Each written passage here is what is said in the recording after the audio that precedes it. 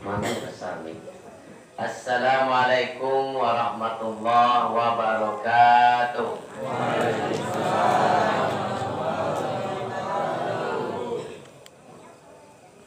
Suara tak ini aja udah semangat ya salam. Paling kalau tambah besar. Rasulullah cinta dengan yang ganjil, suka dengan. Jadi salamnya ditambah lagi. Assalamualaikum warahmatullahi wabarakatuh.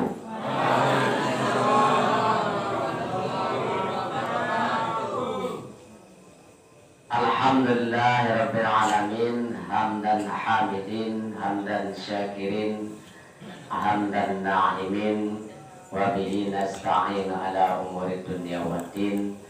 Asyhadu an la ilaha illallah wa asyhadu anna Muhammadan abduhu wa rasuluh sayyidul mursalin. Amma ba'd, yang sama-sama kita hormati dan muliakan Allah, khususnya para imam kita senantiasa memimpin salat berjamaah, para kiai, para ustadz, para alim, para ulama, para ustadz, ustazah yang kami hormati dan muliakan Allah. Kemudian segenap pengurus masjid yang sama-sama kita senantiasa mendoakan semoga selalu beri keistiqomahan, kesehatan dan kekuatan, kesabaran dan ketabahan dalam melaksanakan tugasnya untuk membangun rumah ibadah dan membangun ruhnya umat, merupakan tugas dan kewajibannya. Kemudian para generasi muda yang kami sayangi, ini anak-anak banyak ya. Sehat anak-anak semua? Semangat? Semangat? Ini harus ditanya pagi hari ini, semangat tidaknya. Bapak-bapak semangat? Ibu-ibu? Karena kita tidak lama, paling hanya sampai selesai ya. Selesai jam 9 dia, tapi jam 9. Kalau selesai jam 12 ya jam 12. Selesai 10 menit lagi ya sudah. Atau kita selesaikan sampai di sini. Baik, bersyukur kita kepada Allah pada pagi hari ini. Alhamdulillahilladzi ahyana ba'dama amatana wa ilaihin nusyur. Siapa yang tidur malam tadi angkat tangan. Satu orang cuma, yang lain kalian tidur ya. Dua orang. Tidur merupakan nikmat mati sesaat. Mati tapi nikmat ya. Nikmat tak tidur dong. Nikmat, mana tahu kita dunia saat itu. Itu hanya sesaat. Apalagi yang malam tadi mungkin hanya tidur dari jam 10 sampai jam 12, hanya 2 jam, tapi nikmat. Kadang hanya tidur 15 menit, tapi nikmat. Padahal udah capek siang hari, tidur hanya 15 menit, terasanya luar biasa. Begitu nyawa atau napas hilang ya, kita tertidur nyenyak 15 menit, cukup. Kita sudah merasa tidur 1 malam. Nah, ini kita tidur malam hari adalah mati sesaat. Dengan kekuasaan dan kebesaran Allah, alhamdulillahilladzi ahyana. Ya, segala puji kepada Allah. Pagi hari ini kita hidupkan kembali. Siapa yang merasa hidup angkat tangan? Nah, 2 orang. Yang lain ini tidak angkat tangan, saya ragu juga nih hadapi. Iya. Mana tahu masih mati ya. Tidur ya. Kemudian Allah hidupkan kembali kita setelah kita diberi nikmat tidur alias maut sesaat ya. Itu bersyukur kita kepada Allah. Kenapa? Karena Rasulullah dalam hadisnya yang menyampaikan gunakan beberapa kesempatan sebelum datang berapa keadaan. Yang pertama, gunakan hidupmu sebelum datang matimu. Sekarang kita hidupkan jemaah semua. Alhamdulillah, hidup. Pergunakan masa hidup kita atau hayat. Ruh yang masih ada pada diri kita merupakan anugerah yang paling besar, nikmat yang paling besar. Kalau roh sudah tidak ada, bagaimana Bapak Ibu jemaah sekalian? Sudah innalillah. Nah, sudah innalillah, tak bisa lagi. Tak bisa kita sholat di pagi hari ini kalau sudah innalillah. Nah, kita akan disolatkan. Kalau ada yang masih bisa sholat sendiri, sudah innalillah, itu banyak yang lari. Ya. Jadi pergunakan waktu hidupmu sebelum datang waktu matimu. Sementara mati itu kita tidak tahu. Mungkin setelah selesai saya berdiri sini, kita tahu sudah innalillah. Atau mungkin sampai di rumah nanti innalillah. Atau mungkin hanya sampai di pertengahan jalan nanti sudah innalillah. Karena kita tidak tahu. Ya, la haula wala quwwata illa la ilaha illallah. Itu mari kita selalu ya berzikir kepada Allah. Selanjutnya, pergunakan waktu mudamu sebelum datang waktu tua. Nih anak-anak nih, merasa anak-anak angkat tangan. Yang tua pun boleh angkat tangan. Kalau merasa anak-anak ya, karena sudah tua tapi semangatnya semangatmu. Nah, berarti merasa anak-anak. Supaya apa? Supaya tetap semangat ibadahnya, ya kan? Kalau udah merasa tua, aduh saya dah tua nih, tak kuat lagi, tak sholat lah, tak ibadah, ya. Agar generasi muda, pergunakan waktu mudamu sebelum datang waktu tua. Siapa yang bisa memastikan akan tua? Angkat tangan. Ada? Tak ada. Itulah tadi nyawa kita tidak tahu. Sementara maut itu pasti akan datang. Pergunakan waktu muda sebelum datang waktu tua. Ini pesan Rasulullah dalam hadis. Begitu hebatnya Rasulullah, begitu cerdasnya Rasulullah yang memberikan nasihat dan pandangan. Ya, itu yang muda-muda jangan malas untuk melaksanakan ibadah, jangan malas untuk berbuat baik.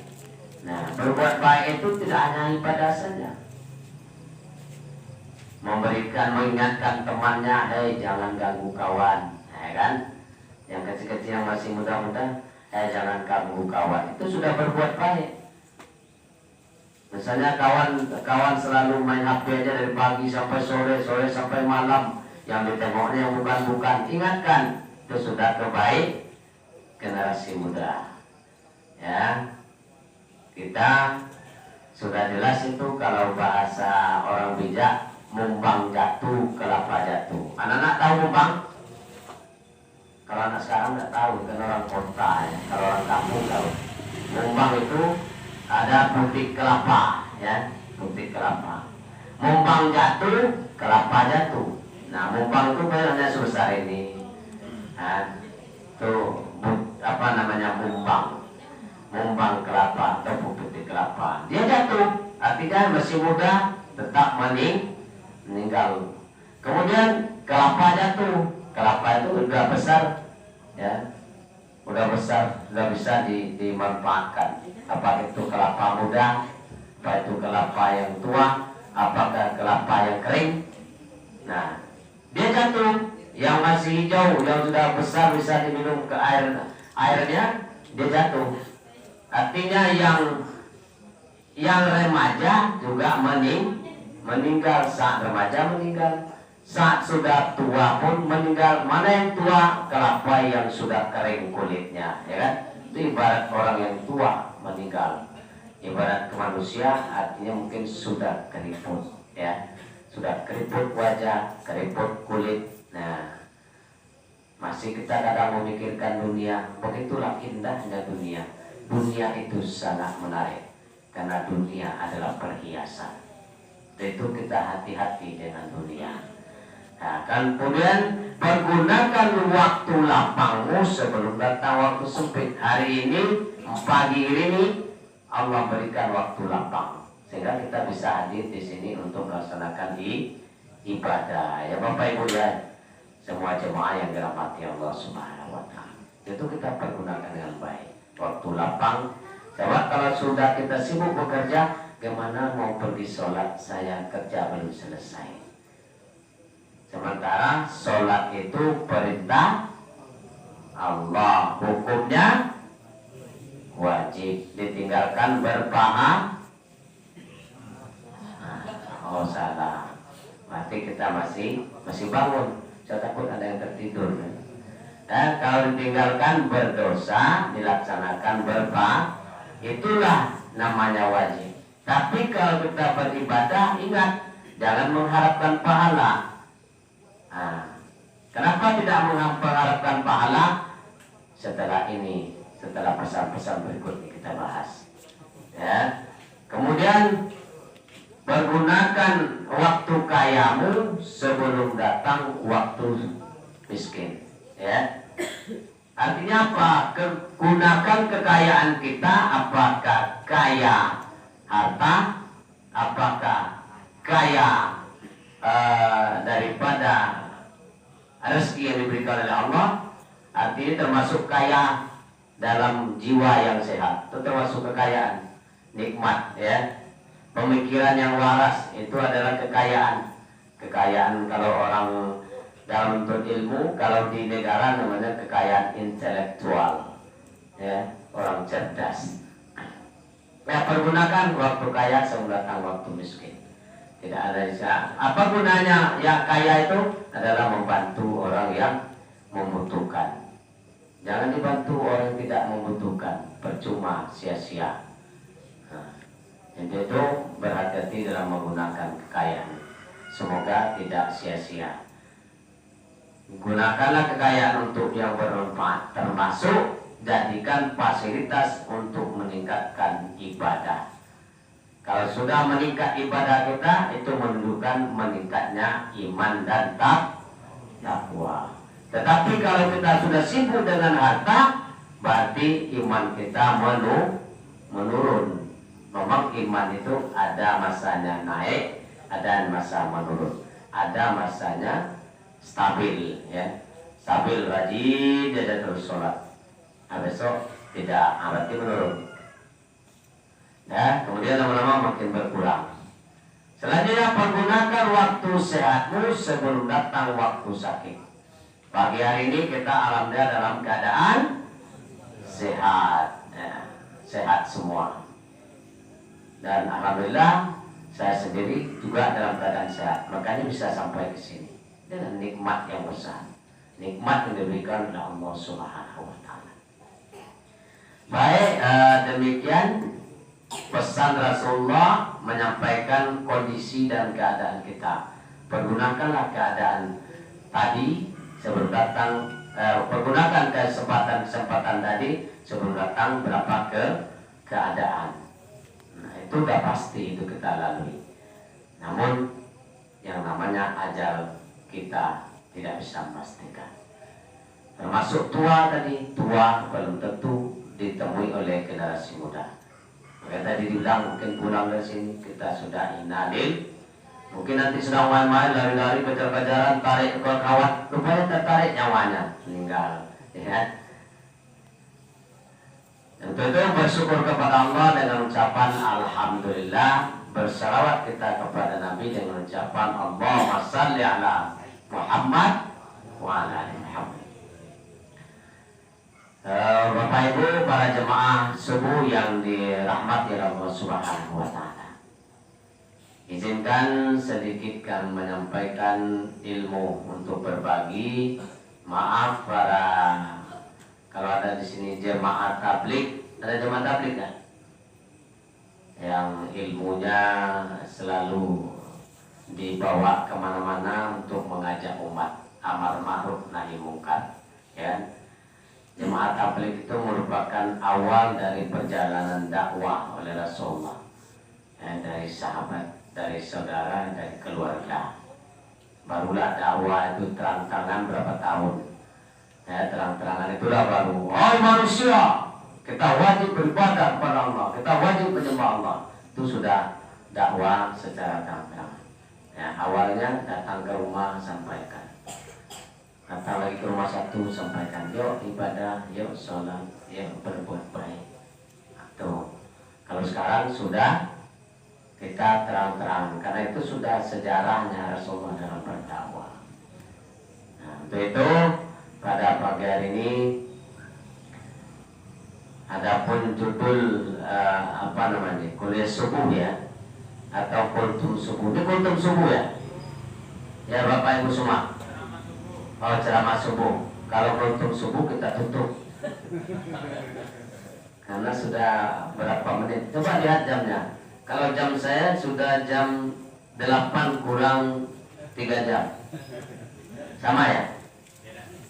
Beda sedikit. Oh ya, berarti penghitungannya salah atau berbeda. Ya.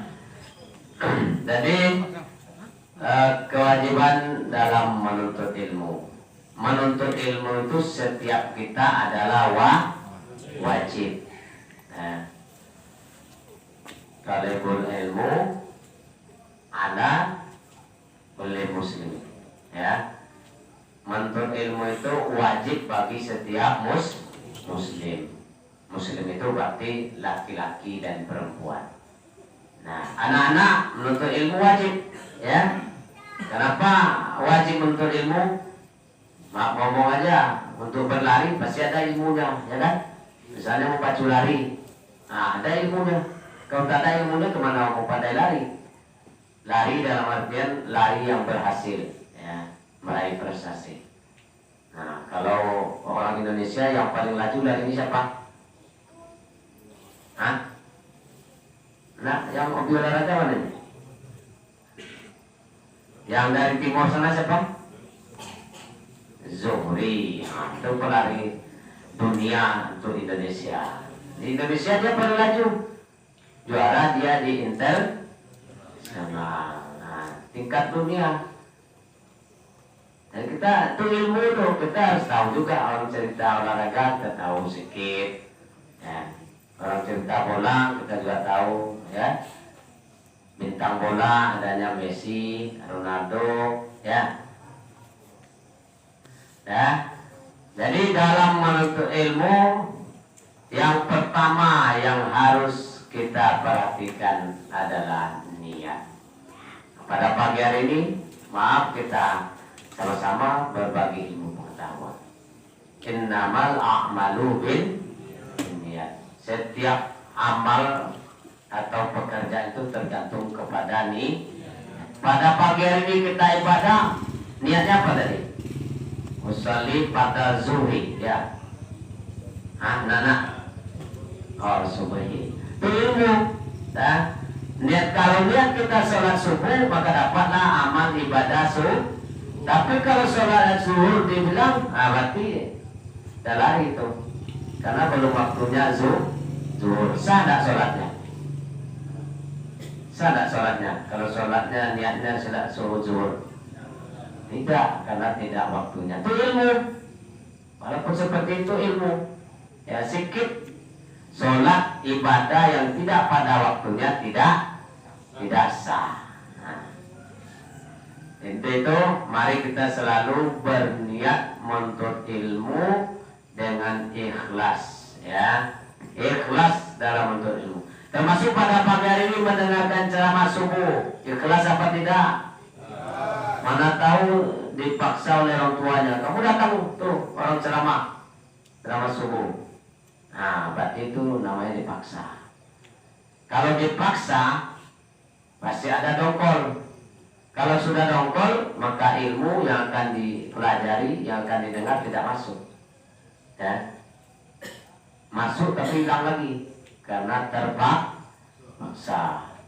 Nah, tuh masalah ilmu ini, ya, ilmu bahwa ada dua macam kerakusan. Ya. Yang pertama, kita rakus dengan ilmu, itu boleh. Kenapa? Rakus dengan ilmu juga tidak akan kenyang. Ya, haus dengan ilmu, namanya haus dengan ilmu. Tidak akan kenyang sebanyak apapun ilmu kita pelajari, kita tidak akan kenyang. Siapa yang sudah kenyang karena ilmu? Coba angkat tangan. Tak ada kan? Nah, Kalau sudah baca buku, kalau anak buku apa sebanyak? Hah? Buku Doraemon tak ada lagi ya? Pokemon tak ada lagi? Power Rangers tak ada lagi ya? Batman. Nah, sudah baca buku itu, oh, nanti datang lagi buku satu, baca lagi. Tak pernah kenyang. Atau haus dengan ilmu. Jadi ikhlas dalam menuntut ilmu artinya apa? Supaya hatinya bersih. Ya, sesuatu yang bersih hanya masuk ke dalam yang bersih dan suci. Untuk itu kalau Imam Syafi'i mengatakan bahwa kenapa ada muridnya bertanya pada gurunya Imam Syafi'i, kenapa ya rahimakumullah Habibullah, guru, ilmu ini susah masuk ke dalam hati saya. Pesannya apa? Termasuk Imam Syafi'i pun menerima pesan itu. Hindari dan jauhi perbuatan maksiat. Ya. Maksiat itu ada maksiat mata, melihat cewek-cewek cantik, ya kan? Betul nggak anak-anak? Nah, itu maksiat mata. Nah, akhirnya kalau Abdul Somad katanya itu, kalau keluar dari rumah begitu melihat cewek cantik berkurang hafalannya 1 juz, ya kan?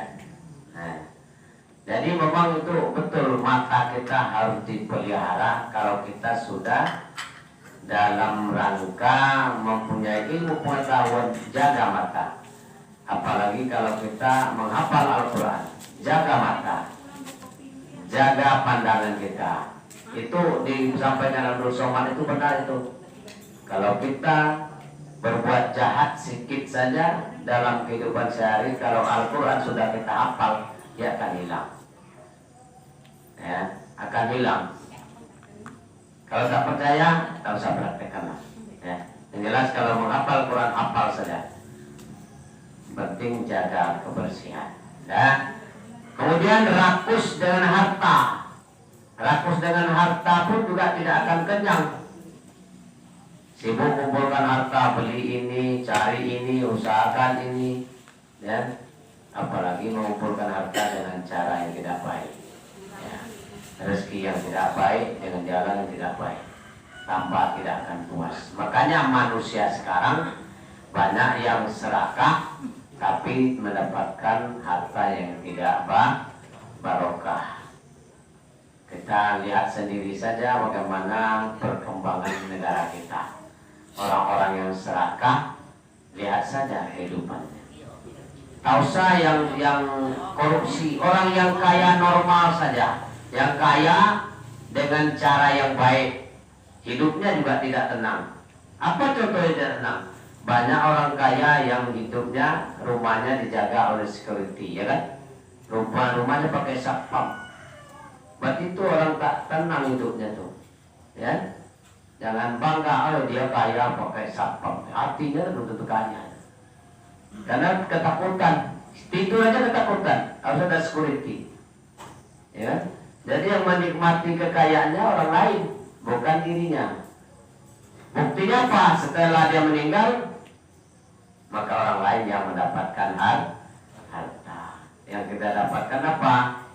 Nah, itu hanya kain kafan, ya kan? Masuk dalam kuburan. Tidak ada yang bisa bawa kacamata yang cantik, kacamata tembus, tak dapat, ya. Karena di dalam kubur pun bawa tak tembus juga melihat malaikat. Ya, jadi ilmu ikhlas dalam menuntut ilmu, dan kita boleh haus, hanya haus ilmu supaya kita belajar.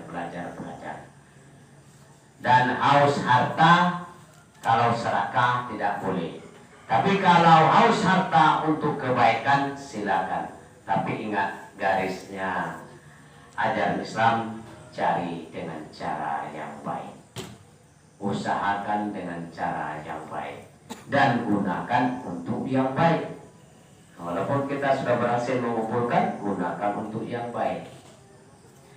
Masalah muslimin dan muslimat jemaah subuh yang dirahmati oleh Allah Subhanahu wa taala. Kemudian dalam menuntut ilmu kita harus selalu berdoa. Berdoa kepada Allah, ya Allah, jadikanlah ilmu yang kami dapatkan bermanfaat, ilmu yang berfaedah, ilmu yang berguna. Nah, doa tuh. Dari dalam menuntut ilmu harus berdoa. Doanya banyak. Bisa minta memudahkan dalam memahami ilmu, bisa mudah menerima ilmu, dan ilmu pengetahuan yang disampaikan, dan bisa mudah untuk menjalankannya. Ya, jadi kadang kita sudah banyak belajar, tapi kok tak bisa saya ngamalkannya. Kenapa? Karena tidak diingat dan tidak dihafal. Nah, untuk selanjutnya, setelah kita berdoa dalam menuntut ilmu, maka catatlah. Itu perintah Rasulullah.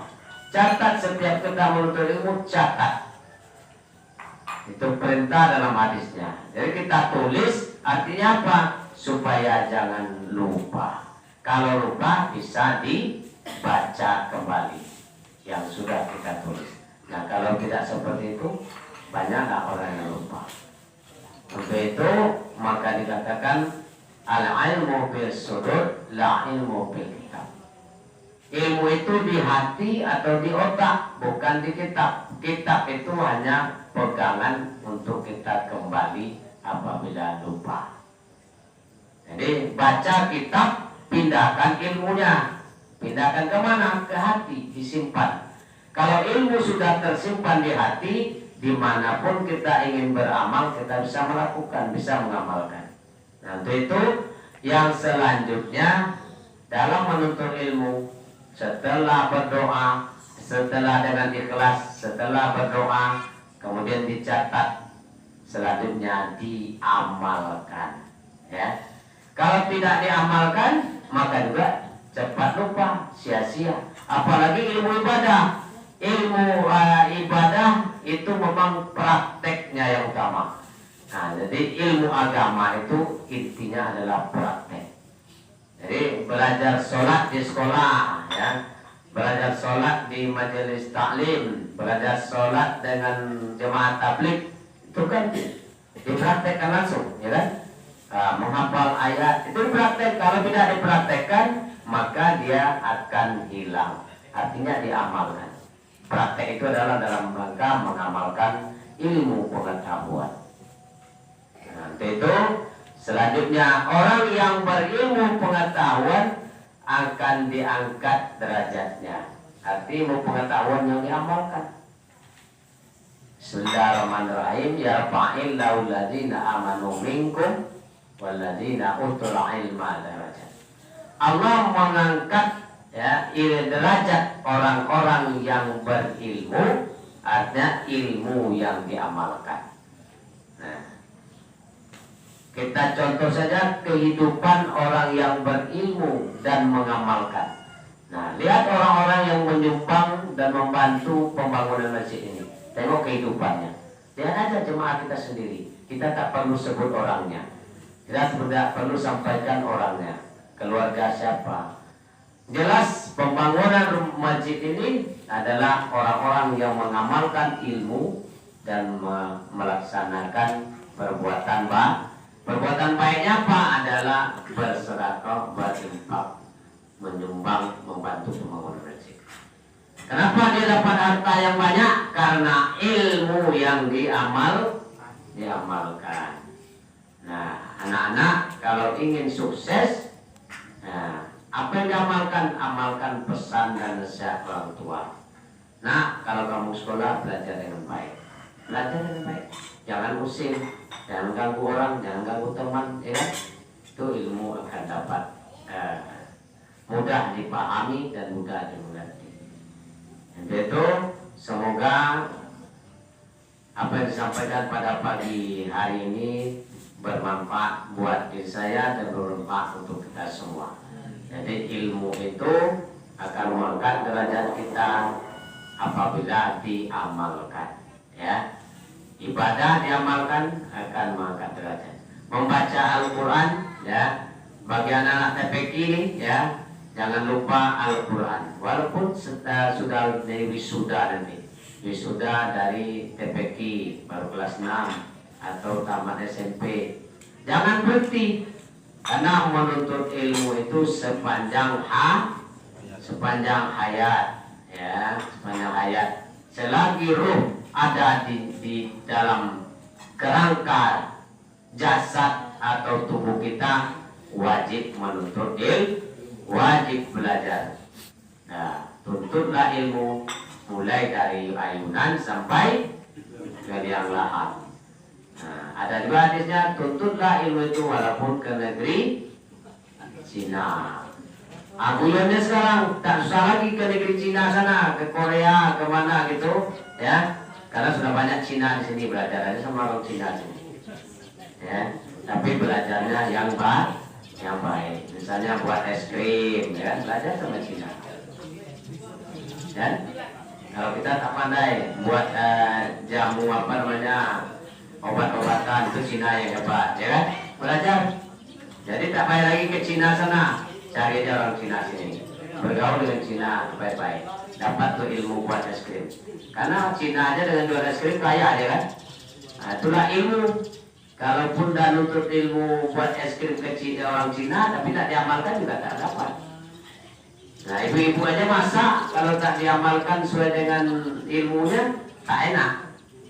Apalagi ibu-ibu masak tak tahu mana yang garam itu. Ilmu untuk mengetahui garam itu ada ilmunya. Bagaimana sambalnya mau rasa asin, rasa garamnya, karena garam tak tahu. Tahu-tahu Ajinomoto dimasukkan, ya. Nah, dia katanya garam. Nah, jadi ilmu masak. Kenapa enak masakan di rumah makan tertentu? Karena dia punya ilmu dalam memasaknya. Nah, untuk pergi belajar juga gitu. Bagaimana trik untuk mendapatkan ilmu dengan mudah? Bagaimana untuk memahami ilmu dengan mudah? Bagaimana supaya ilmu masuk ke otak kita dengan mudah? Harus punya trik. Mungkin triknya salah satu waktunya jam 3 pagi, ya kan? Subuh, atau jam 1 sepertiga malam, sholat, baca Quran, baru belajar. Nah, itu trik. Kemudian apalagi? Mungkin dengan catatan-catatan yang singkat, mudah dipahami, itu trik dalam belajar untuk memudahkan masuk ilmu otak kita, supaya kita hafal dengan mudah dan cepat masuk di otak kita dan tersimpan. Baik, kaum muslimin dan muslimat, jemaah subuh yang dirahmati Allah Subhanahu wa taala. Itu yang dapat disampaikan, semoga menjadi ilmu yang bermanfaat. Ilman nafi'an, ilman wasi'an, ilman barokah, ilman nikmah. Mohon maaf bila taufiq wal hidayah. Assalamualaikum warahmatullahi wabarakatuh.